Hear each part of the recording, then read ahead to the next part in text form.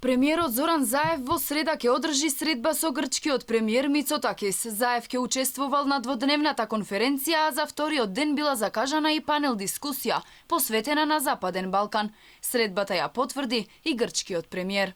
Зоран Заев за 3 дена ќе биде во Атина во рамките на конференцијата на Економист, каде што ќе биде и премиерот на Албанија и ќе се сретнеме со двајцата, бидејќи постојат прашања за дискусија.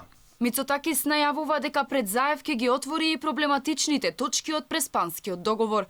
Грција вели тој го исполнила своето, но не и македонската страна.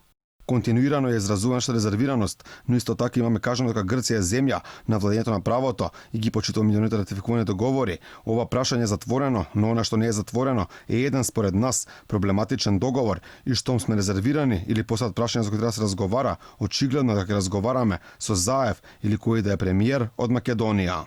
За кое конкретно прашање станува збор, Мицотакис не наведува. Она што е интересно е што средбата се случува непосредно откако грчките медиуми објавија дека македонската страна се откажала од правото на користење на термините античка и егејска Македонија.